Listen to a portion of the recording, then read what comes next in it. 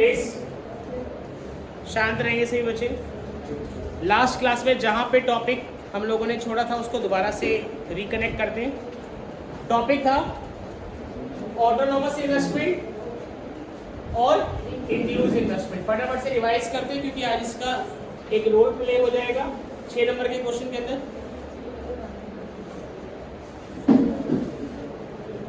ले लो चेयर ले लो, आगे नहीं एक चेयर ले लो।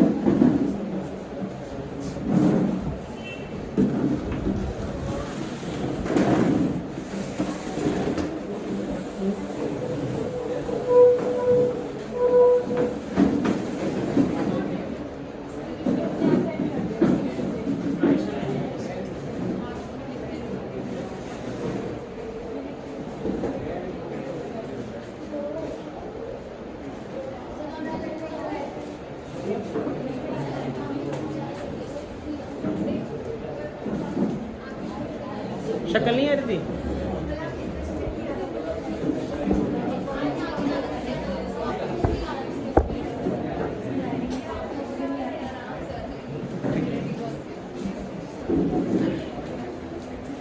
ओके बच्चों please back to the point. Autonomous investment होती है वो इन्वेस्टमेंट जो गवर्नमेंट करती है वेलफेयर नेचर पर्पस क्या, इंफ्रास्ट्रक्चरल एक्टिविटीज। इनकम बढ़े या घटे ये इन्वेस्टमेंट क्या रहेगी, सेम रहेगी। इसीलिए पैरेलल टू एक्स एक्सिस है। इनकम के साथ कोई इंपैक्ट नहीं पड़ता, इनकम के साथ कोई इंपैक्ट नहीं पड़ता, इसलिए इसको कहते हैं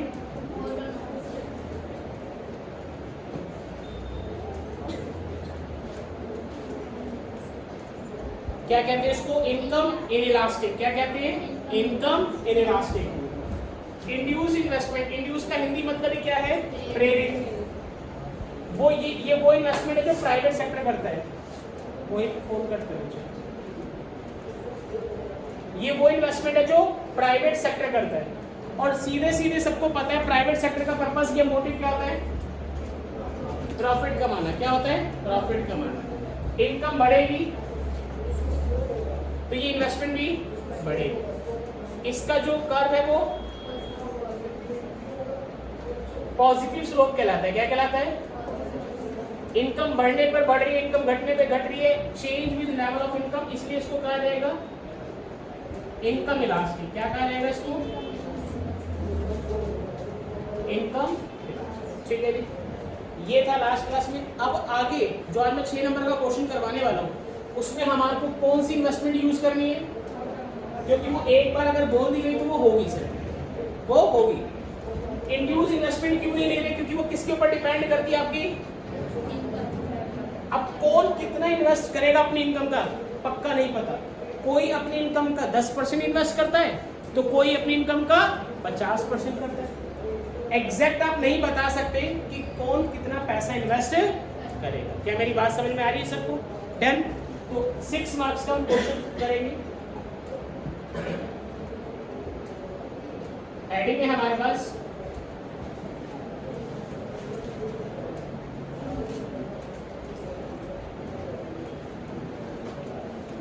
equilibrium level of income in an economy. Equilibrium level of income. बातें नहीं बिल्कुल भी भाई, शांत बिल्कुल। Equilibrium level of income in an economy. ठीक है, अब इक्विलिब्रियम कब होगा सर, इक्विलिब्रियम होगा उस पॉइंट पर। अच्छा 11 की याद है, इकोनॉमिक्स हुई हो 11 का हमने ये डायग्राम बनाया था, कुछ याद आएगा?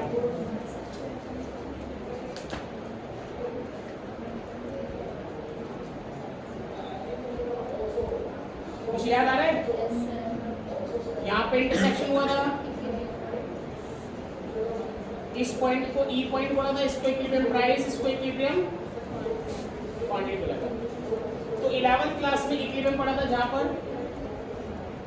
डिमांड और सप्लाई क्या थे, इक्वल थे। डिमांड और सप्लाई क्या थे, इक्वल थे। अब जब बात आ रही किसकी, इक्विलिब्रियम लेवल की, इकोनॉमी के इक्विलिब्रियम लेवल की बात आ रही है, तो ये तब होगा जब एग्रीगेट डिमांड क्या हो, इक्वल हो एग्रीगेट सप्लाई।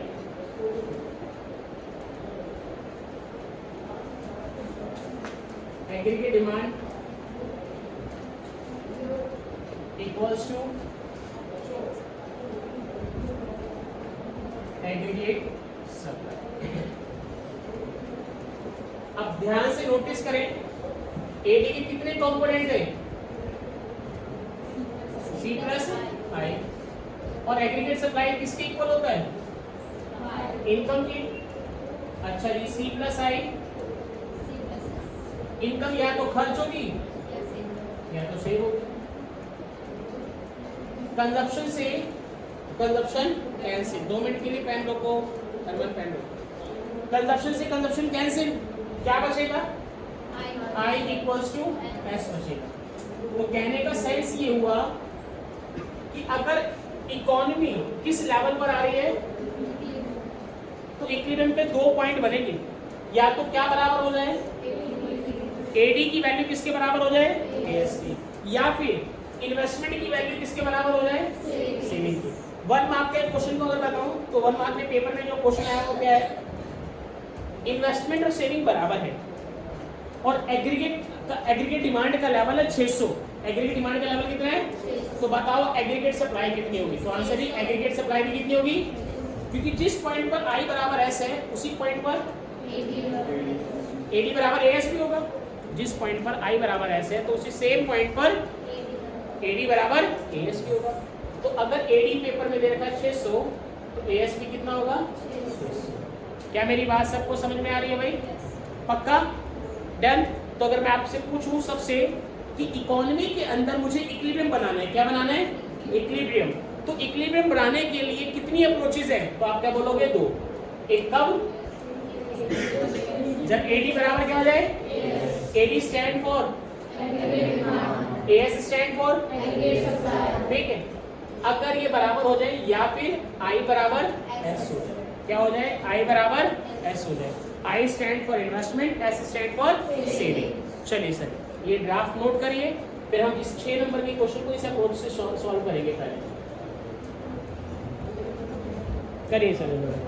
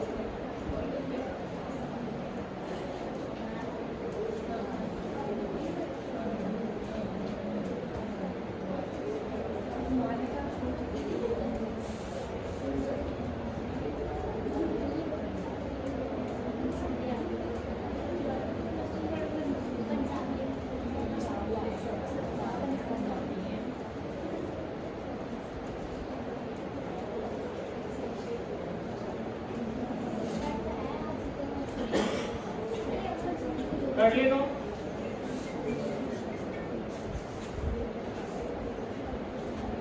डन। चलिए 6 मार्क्स के क्वेश्चन को सॉल्व करते जरा, देखते चलेंगे साथ साथ इस वाले क्वेश्चन को। Show the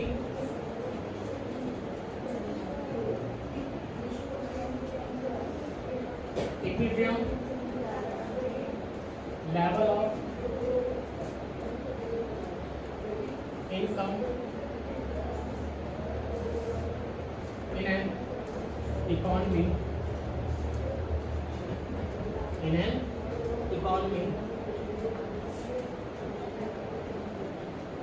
according to AD and AS approach according to AD and AS approach, aggregate demand and aggregate supply. ये क्वेश्चन अगर आया तो बहुत सिंपल सा क्वेश्चन है, 6 मार्क्स की वेटेज, ठीक है डन।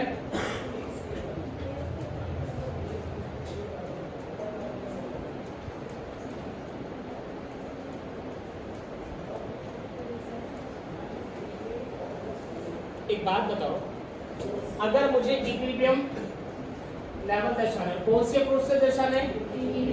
तो इकोनॉमी इक्विलिब्रियम तभी होगा जब दोनों एक दूसरे के क्या हो, इक्वल हो, दोनों एक दूसरे के क्या हो, इक्वल हो, करेक्ट है। अब मेरे को एक बात बताओ, जो भी हम कंसेप्ट पढ़ते हैं पास्ट के लिए पढ़ते हैं या फ्यूचर के लिए पढ़ते हैं? फ्यूचर के लिए पढ़ते हैं, लॉजिकल है। तो फ्यूचर के लिए अगर मैं कोई चीज पढ़ रहा हूं तो मैं क्या वर्ड यूज करूंगा? एक्चुअल या एस्टिमेट? फ्यूचर के लिए सिर्फ क्या लगाया जा सकता है? एस्टिमेट। और एस्टिमेट का वर्ड यहाँ पर क्या था, याद करो, स्टैंडर्ड में क्या वर्ड था, क्या वर्ड यूज हुआ था? एक्जेंटे। क्या वर्ड यूज हुआ था? एक्जेंटे। एक्जेंटे को हम क्या बोल सकते हैं बड़ी सिंपल भाषा में? क्या बोल सकते हैं भाई? प्लान। क्या मेरी बात समझ में आ रही है? डन। तो शुरुआत करें, पहले मीनिंग लिखे जरा, मीनिंग लिखे जरा इस क्वेश्चन के नीचे, वन मतलब स्टेटमेंट लिखे पहले आंसर की। According to AD and AS approach, according to AD and AS approach,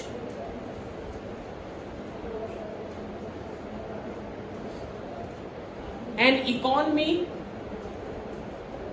will be in equilibrium, an economy will be in equilibrium,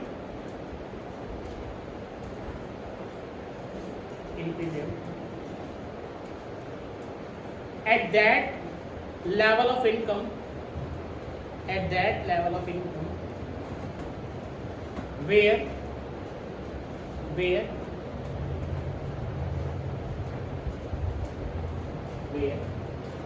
plant investment, oh sorry, plant aggregate demand, investment भी नहीं आएगा, plant aggregate demand is equals to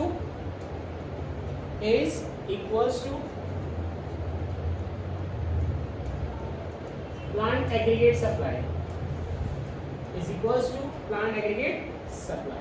तो यानी कि आप यहाँ पे क्या लिख सकते हो?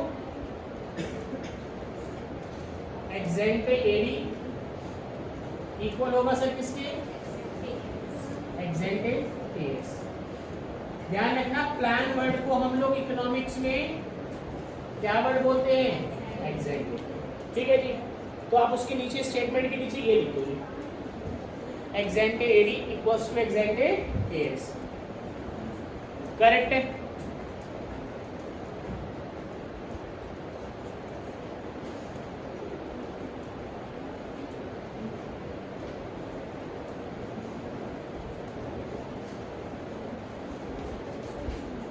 डन। ठीक है। अब बनाते हैं जरा क्या, टेबल। प्लीज रिक्वेस्ट है, जब टेबल बन जाए तब नोट करें आप लोग, उससे पहले नोट ना करें, ठीक है। टेबल ध्यान से देखिएगा।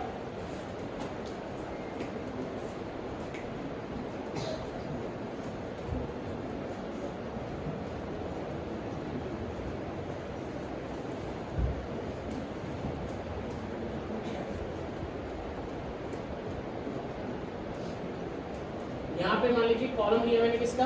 Y, यहाँ पे C, यहाँ पे I, यहाँ पर AD, और एक कॉलम बना देता हूँ S का। ये बनाना नहीं है, ये सिर्फ अभी कुछ पर्पस के लिए समझा रहा हूँ। इनकम मान लेते हैं 0, 20, 40, 60, 80 और 100। हाँ जी, आप लोगों की इनकम इस वक्त भी कौन सी है? 0 लेवल पर है। बट जैसे जैसे इनकम बढ़ेगी अच्छा इनकम जीरो है, अभी आप लोगों के लिए खर्चे आपके जीरो नहीं है। जब इनकम जीरो होती है बट खर्चे जीरो नहीं हो सकते तो उस पॉइंट को क्या बोला जाता है? Autonomous consumption. क्या बोला जाता है? Autonomous consumption. ठीक है ना, आप लोग उसको बोलते हो ऑटोनोमस कंजप्शन। तो यहाँ पे लिख देते हैं जरा 20, 30, 40, 50, 60 और 70। इनकम बढ़ रही है, समय के साथ आपके खर्चे भी बढ़ रहे हैं। इन्वेस्टमेंट का लेवल, अच्छा यहाँ पे ध्यान रखना है कि आई नॉट से मैंने दर्शाया है, आई नॉट दर्शाता है ऑटोनोमस इन्वेस्टमेंट को। किसको दर्शाता है? जो लेवल ऑफ इनकम के साथ निकम्मो autonomous investment level of income के साथ क्या रहेगी? इनकम बढ़े या उसको कोई फर्क नहीं पड़ता, क्योंकि किस पर्पस से की गई है? Infrastructure welfare. और करेगा कौन? और गवर्नमेंट जब इस इन्वेस्टमेंट की बात करती है तो कहाँ पे डिक्लेयर करती है इस इन्वेस्टमेंट को? कहाँ पे डिक्लेयर करती है? बजट में। और बजट में अगर एक बार बोल दिया कि इस साल बिहार में हम पैसा खर्च करेंगे 59,000 करोड़, तो सरकार की इनकम चाहे बढ़े चाहे घटे, पैसा कितना इन्वेस्ट होगा? जितना बोला था। यानी कि इस बार सरकार ने बताया था ना, मैंने आप लोगों को कितना बोला था सरकार ने बिहार में इन्वेस्टमेंट करने के लिए? 59,000 करोड़। देखो यहाँ पे नहीं लिखा हुआ है 59,000 करोड़। तो अभी इस बार जीएसटी से ना सरकार की इनकम बहुत बढ़ गई है इस बार तो, लेकिन क्या सरकार पैसा ज्यादा इन्वेस्ट करेगी क्या? नहीं। कितना करेगी? अगर रिकॉर्ड आते कि सरकार की इनकम गिर गई है, जीएसटी कलेक्शन कम हो गया, इनकम टैक्स कलेक्शन कम हो गया, तो सरकार के पैसा कम करती नहीं सर, इतना ही इन्वेस्ट करती है। तो ध्यान रखना यहाँ पे हमारे को आई नॉट, मैंने आई नॉट मान लिया, यानी कि ऑटोनोमस इन्वेस्टमेंट मान लिया। मान कितना? 10। हर लेवल पर कितना भैया? बोलो। करेक्ट है। अच्छा एडी के कंपोनेंट क्या? सी प्लस आई। ऐड करो 30, 40, 50, 60, 70 और करेक्ट है। अब ध्यान से देखना, 2 मिनट बिल्कुल पेन रोको, चैतन्य वगैरह सब पेन रोक दो। पहले तो ये पॉइंट जिससे पूछूंगा वो बोलेगा, बीच में अननेसेसरी इंटरफेयर मत कर देना। साक्षी पॉइंट क्या हो गई? इनकम और कंजप्शन क्या है? इक्वल है, इसीलिए इस पॉइंट का नाम क्या है? उम्मीद करता हूँ सबको याद आ गया होगा। करेक्ट है। अब जिस पर्पस के लिए हम ये टॉपिक पढ़ रहे हैं वो नोटिस करिए यहाँ पर, ध्यान से नोटिस करिए इस लेवल पर। इनकम आपको सबको याद होना चाहिए, इनकम किसको इंडिकेट करता है? एएस को। और यहाँ पे आपने क्या दिखा दिया? एडी की वैल्यू कितनी है? एएस भी कितना है? यानी कि ये लेवल वो हो गया जहाँ पर एडी बराबर एएस है। इसका मतलब यहाँ पर इकोनॉमी किस में आ गई? Equilibrium level of equilibrium level of income. Equilibrium level of income क्यों इक्विलिब्रियम है? क्योंकि जितना लोग डिमांड कर रहे थे उतनी ही क्या होने लग गई? डिमांड कितनी कर रहे थे लोग? सप्लाई कितनी होने लग गई? डिमांड और सप्लाई बराबर, तो वो क्या बन जाएगा? इक्विलिब्रियम बन जाएगा। क्या मेरी बात समझ में आ रही है? ये बात सबको समझ में आई यहाँ पे? डन। इससे ऊपर देखो भाई जरा, इससे ऊपर ऑब्जर्व करो। ऑब्जर्वेशन क्या चेक करो भाई, क्या है? एडी की वैल्यू कितनी है बट एएस की वैल्यू कितनी है? एडी की वैल्यू एएस की वैल्यू, यानी कि before equilibrium point AD greater than AS. Before equilibrium point, aggregate demand of the economy is higher than aggregate supply. यानी कि डिमांड कर रहे हैं लोग, सप्लाई है। दीपावली पे क्या हो रहा है सर? अभी दीपावली, दशहरा, फिर छठ पूजा, फिर अभी क्रिसमस आ जाएगा 1-1.5 महीने के बाद, फिर न्यू ईयर आ जाएगा सर। तो ये जो 3-4 महीने बीतते हैं ना सर, यहाँ पे इकोनॉमी में डिमांड का लेवल क्या होता है? हाई हो जाता है। क्या मेरी बात समझ आ रही है? आपने देखा होगा मार्केट में सर, दशहरा हो, दीपावली हो, छठ पूजा हो सर, अभी गुरुपुरब आ जाएगा 15 तारीख के आसपास, है ना 15 के आसपास है। पंजाब में देखिएगा सर क्या, और यहाँ पे भी हर जगह वो बटेगी ना, शबीर वगैरह बटनी शुरू। पॉइंट ऑफ व्यू कहने का क्या है कि डिमांड क्या रहेगी, काफी हाई हो जाएगी।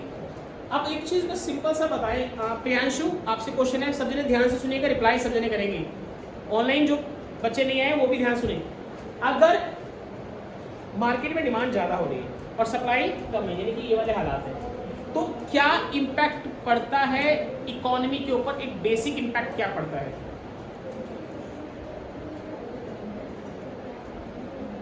और किसी को समझ में आया क्वेश्चन? ये लगा किसी के दिमाग में आंसर चल रहा हो तो आप महंगाई क्या रहेगी? बढ़ जाएगी। सिंपल इम्पैक्ट है ना, महंगाई क्या रहेगी? बढ़ जाएगी। महंगाई बढ़ने से, इन्फ्लेशन बढ़ने से लोगों की परचेजिंग पावर का लेवल धीरे धीरे कम हो जाएगा।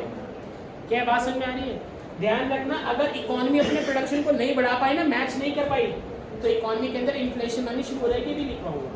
चलिए इक्विलिब्रियम के नीचे आइए जरा, यहाँ पे नोटिस करिए। एडी कितना? एएस कितना? 80। AD 80, AS 100। तो क्या नजर आ रहा है? After equilibrium level AS greater than बताओ सर। टेबल सबको समझ में आई? फटाफट से टेबल बनाओ जरा।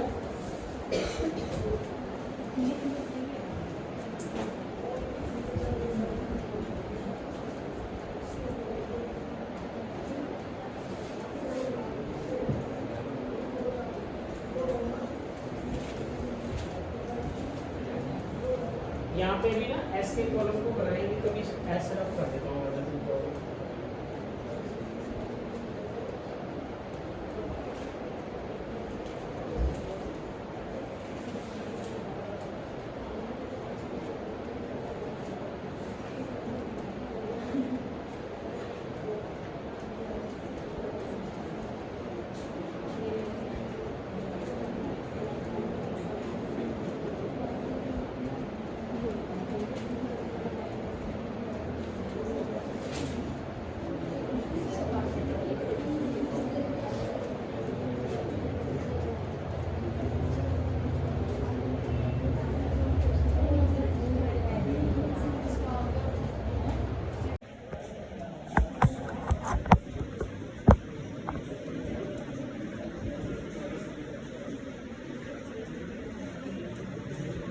चलिए सर प्लीज इसके नीचे एक बार एक्सप्लेनेशन लिखो जरा।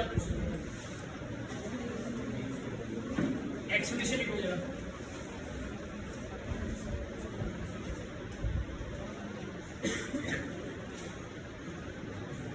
लिखो in the above table, table के नीचे एक्सप्लेनेशन लिखो। In the above table economy is in equilibrium. Economy is in equilibrium at that level when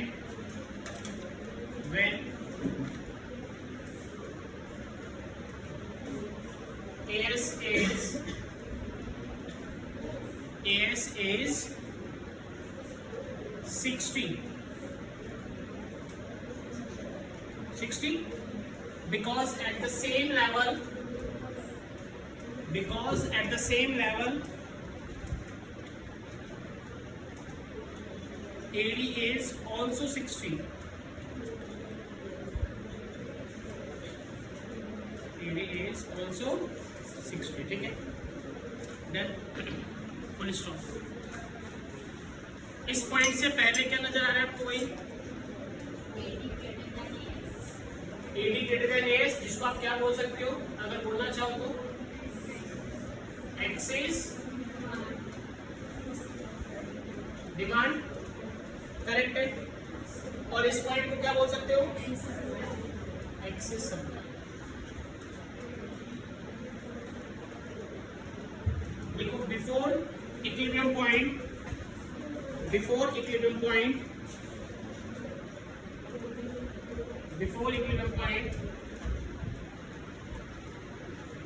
economy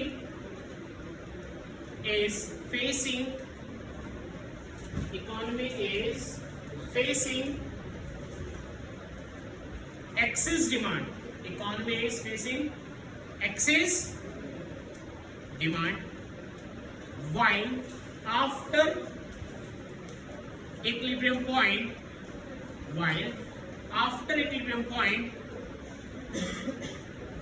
economy is facing excess supply while after equilibrium point economy is facing excess supply. Correct है? क्या बात सबको समझ में आई भाई? Done. अब जरा diagram की तरफ चलते हैं इसकी. डायग्राम की तरफ, ठीक है? प्लीज बनाने में तक पहले डायग्राम बनाना जो थोड़ा सा चीजों को डिस्क्राइब करेगा, फिर एक और नीट एंड क्लीन डायग्राम बनाऊंगा, जरा पहले देखना.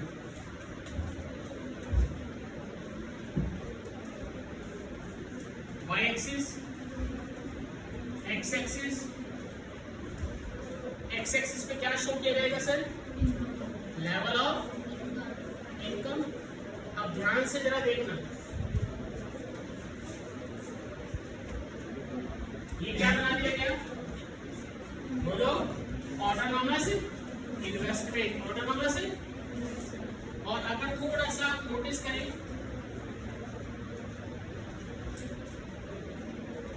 आपके पास टेबल है ना? थोड़ा सा टेबल को शुरू कर दिया जाए. ध्यान से देखो भाई मेरा टेबल को. टेबल जब इनकम 0 है तो किससे शुरू हुई? 20 से. किससे शुरू हुई? 20 से. तो इनकम 0 होने पर कंजप्शन 0 नहीं होगा.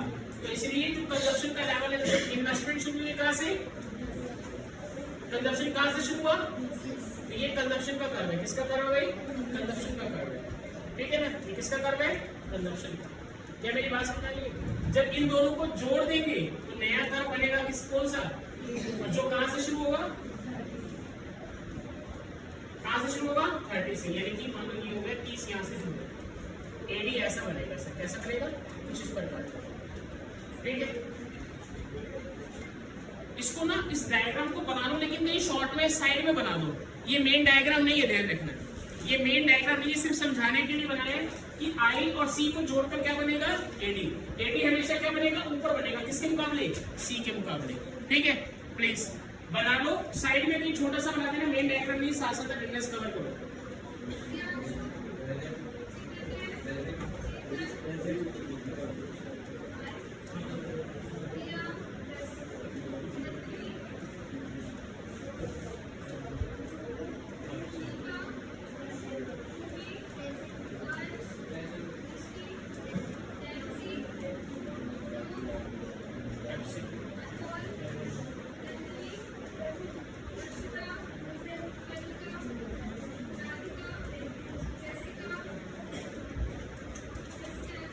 हाँ जी.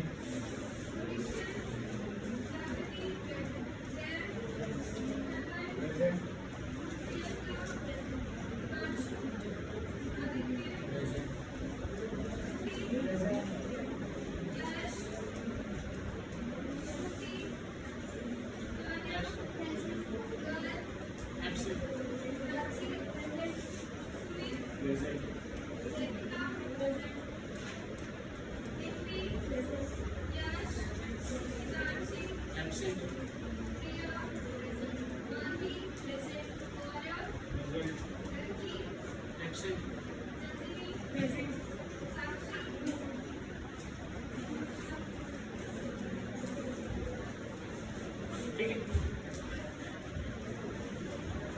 डन. ये बात क्लियर? अब मैं बना रहा हूं मेन डायग्राम, जो आपको एक्चुअल में इस क्वेश्चन के साथ बनाना है. ये डायग्राम ध्यान रखना आपकी नॉलेज को बढ़ाने के लिए था. आई सी और इन दोनों का समअप होकर क्या बनेगा? एडी. अब एक छोटा सा क्वेश्चन इस डायग्राम में नजर आ रहा है मुझे, अगर आपको भी नजर आ रहा हो, मेरी आंखों से देखोगे तो क्या नजर आ रहा है कि एडी और एएस क्या है? पैरेलल है. 1 मार्क का क्वेश्चन आ गया. Why AD curve and AS curve is parallel to each other. Why these are parallel to each other?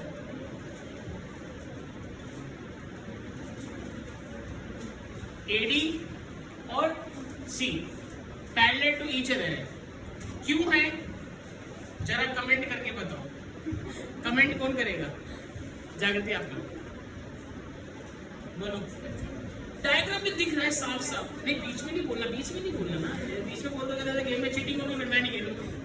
जैसा आप बताएं। अरे तू तो देख, ध्यान से देख ना, दिखता कौन नहीं, देख क्या कह रहा है, दिखता कौन नहीं।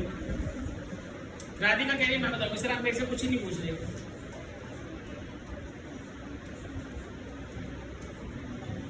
इतना धीरे बोलोगे तो मेरे को नहीं सुनाई देगा, मुझे वहां आना पड़ेगा। आपने बोला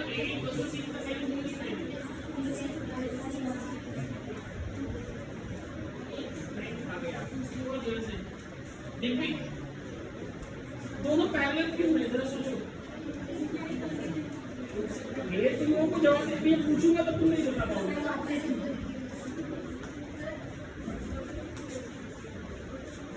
ऑटोनोमस इन्वेस्टमेंट के कारण, किसके कारण? क्योंकि अगर नोटिस किया जाए एडी में सी प्लस आई जुड़ा हुआ, ये आई क्या है,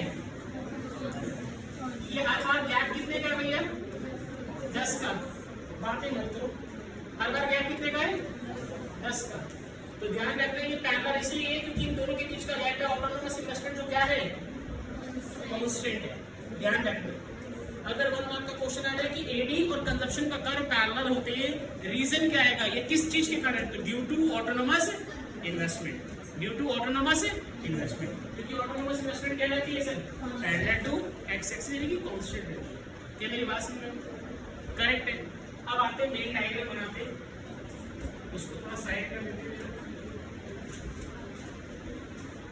जाओ क्या रखा,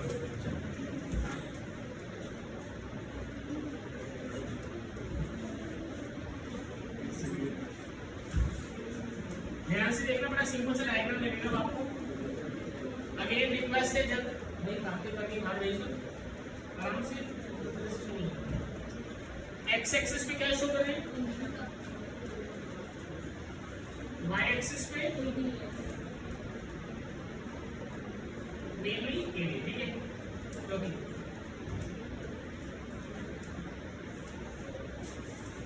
आप सबको याद होना चाहिए एएस का कर्व बनाया जाता है। एएस किसके इक्वल है? एएस किसके इक्वल है? वाई के।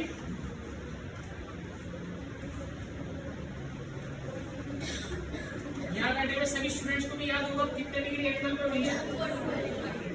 45 डिग्री एंगल पर। कितने डिग्री एंगल पर? 45। अब नोटिस करो जरा सब जगह, अपने पास आपके पास टेबल बने हुए हैं, उसमें नोटिस करो।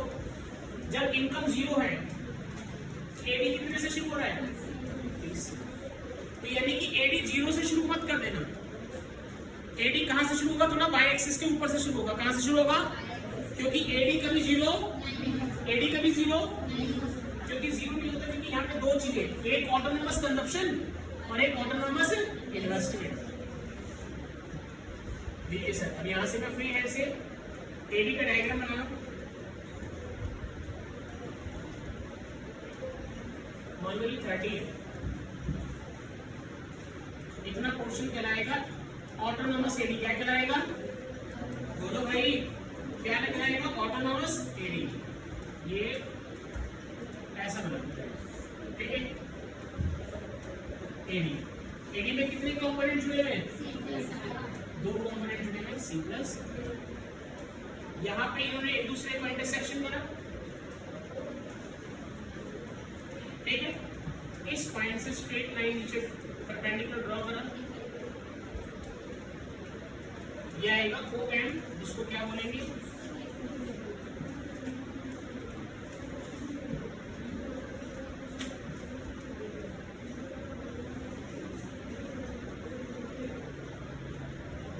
Equilibrium level of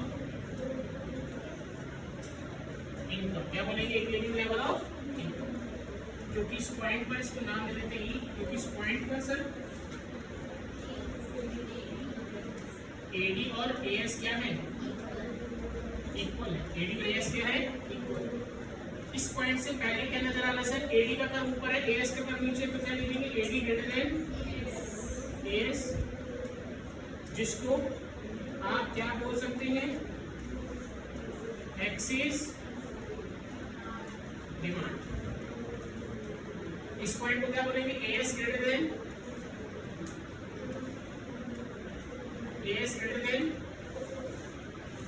AD। क्या बोल सकते हैं इसको, एक्सेस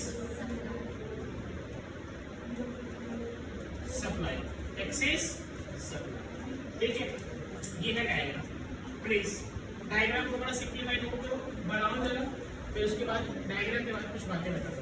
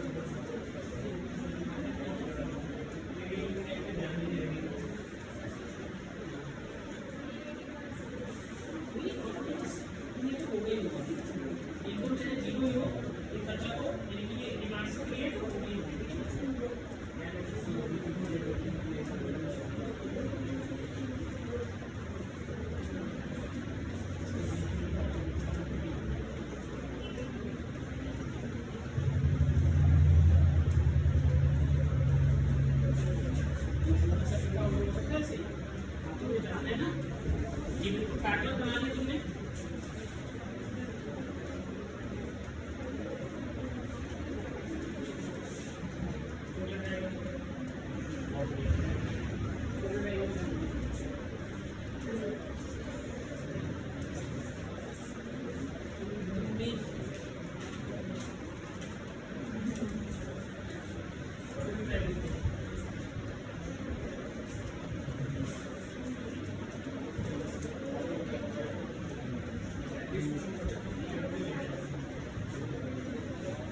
बनाओ भाई डायग्राम बनाओ जरा।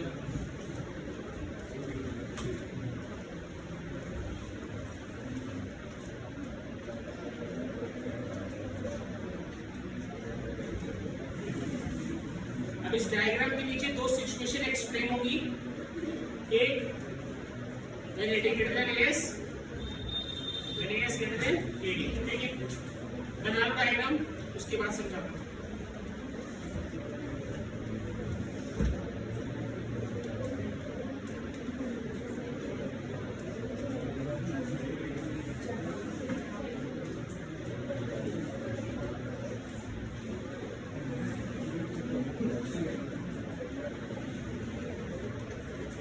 Diagram done, okay.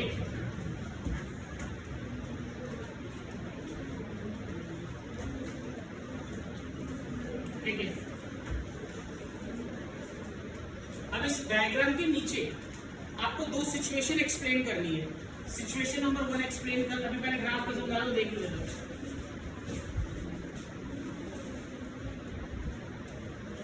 सिचुएशन 1 क्या है, जब AD क्या हो, ज्यादा हो किसके मुकाबले, when AD is higher than AS। जब इकोनॉमी के अंदर क्या जा रहा है, एग्रीगेट डिमांड ज्यादा किसके मुकाबले, एग्रीगेट सप्लाई के। ठीक है, क्या बात समझ आ रही।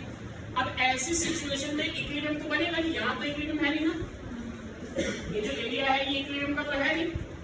अगर आपको इक्विलिब्रियम पे पहुंचना है तो क्या करना पड़ेगा, तो अगर आपको इक्विलिब्रियम पे पहुंचना है तो क्या करना पड़ेगा उसकी बात करते हैं। जरा नोटिस करेंगे थोड़ा ध्यान से, फिर आप लोगों को लिखने के लिए दिया जाएगा इस चीज को, पहले जरा समझते हैं। इसको ऐसे समझिए, मान के चलिए कि बहुत सिंपल एग्जांपल इसको लेते हैं। यहाँ पे सामने किसी ने ना एक रेडी लगा रखी है मोमोज की, किसकी रेडी लगा रखी है, मोमोज की लगा रखी है। ठीक है, अब वो आज अपने यहाँ पे जो उसका जो भी वो सामान होता है उसमें वो मोमोज की प्लेट बना के लेके आया। कितनी? 30 प्लेट बना के लेके आया। ध्यान से देखिएगा, कितनी प्लेट बना के लेके आया? 30। बट बच्चे इसके पास आके खड़े हो गए, भीड़ निकली, ट्यूशन से भीड़ निकली, और बच्चे उसके पास जाके खड़े हो गए कितने? 50। डिमांड कितनी होगी भाई? ज्यादा हो गई। सप्लाई कितनी है? मात्र 30 प्लेट की। अब उसको करना क्या है? उसको इक्विलिब्रियम पे पहुंचना है। कहां पे पहुंचना है? और इक्विलिब्रियम कब होगा? जब दोनों क्या हो? बोलो, दोनों क्या हो? इक्वल हो। तो अभी एडी ज्यादा है, एएस कम है। तो ऐसी सिचुएशन में वो क्या करेगा? सबसे पहले क्या करेगा? वो आउटपुट को बढ़ाएगा। क्या बढ़ाएगा?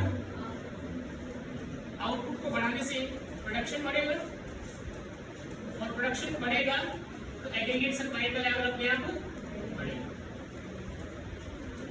क्या पहला पॉइंट समझ में आएगा? अगले दिन वो जब आएगा तो 30 प्लेट मोमोज बना के लेके आएगा, ज्यादा बना के लेके आएगा। कल के मुकाबले ज्यादा बना के लेके आएगा, क्योंकि उसको क्या नजर आ रहा है कि मेरी बिक्री ज्यादा, ग्राहक ज्यादा आ रहे हैं। बहुत बेसिक लॉजिक है। सबसे पहला तो इंपॉर्टेंट यही काम करेगा। अगर इससे भी पूरा सॉल्यूशन नहीं निकलता है तो एक हाई चांस है कि इकोनॉमी के अंदर क्या कर दिया जाए? बोलो, प्राइस को क्या कर देगा? वो बढ़ा देगा। अभी 40 रुपए प्लेट दे रहे हैं मोमोज, तो हो सकता है वो क्या कर दे? 50 रुपए कर दे। और सब जितने भी स्टूडेंट यहाँ बैठे हैं समझे इस बात को, बेसिकली समझते हैं कि जब प्राइस बढ़ते हैं तो डिमांड का लेवल, जब प्राइस बढ़ते हैं तो डिमांड का लेवल कम होता है। कहाँ डिमांड है?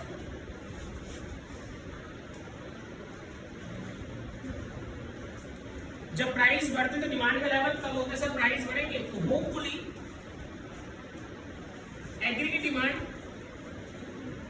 क्या हो जाए? कम हो जाए। इकोनॉमी के अंदर क्या है? जैसे सरकार ने पेट्रोल की प्राइस बढ़ा दी। क्या बढ़ा दी?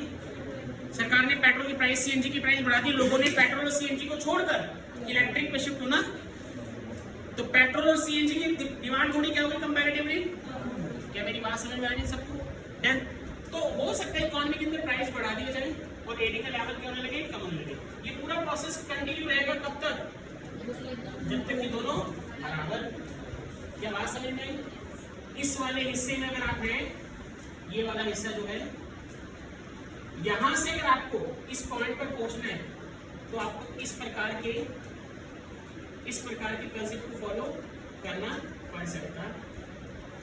दूसरी सिचुएशन निकल कर आती है ये वाली, जब क्या हो? Excess supply. जब क्या हो? Excess supply. तो जरा हम एक्सेस सप्लाई के कंसेप्ट को भी समझ लेते हैं।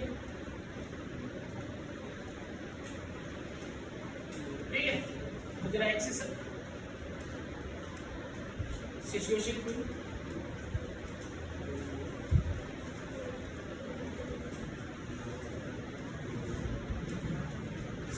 क्या है भाई?